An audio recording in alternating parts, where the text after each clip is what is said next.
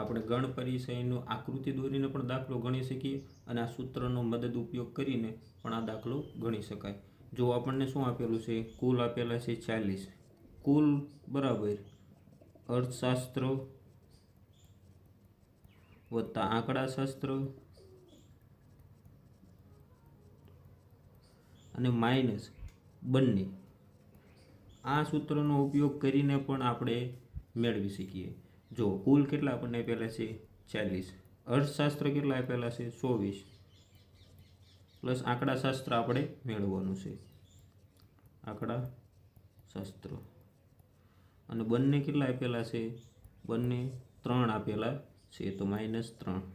24માંથી 3 જાય તો કેટલા મળશે 21, અને 21 આ બાજુ જમણી સાઈડ પ્લસ છે, ડાબી બાજુ જશે તો શું થઈ જશે માઇનસ।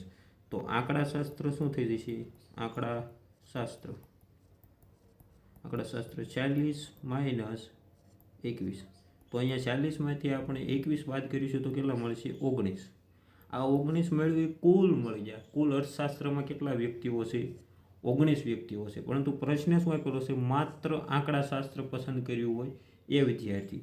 તો આમાં 19માંથી 3 એવા વ્યક્તિ હશે કે જેને બંને વિષયો પસંદ કરેલા હશે, તો 19માંથી 3 બાદ કરીશું તો આપણને શું મળશે 16। તો આપણો જવાબ શું થશે, ઓપ્શન નંબર બી 16।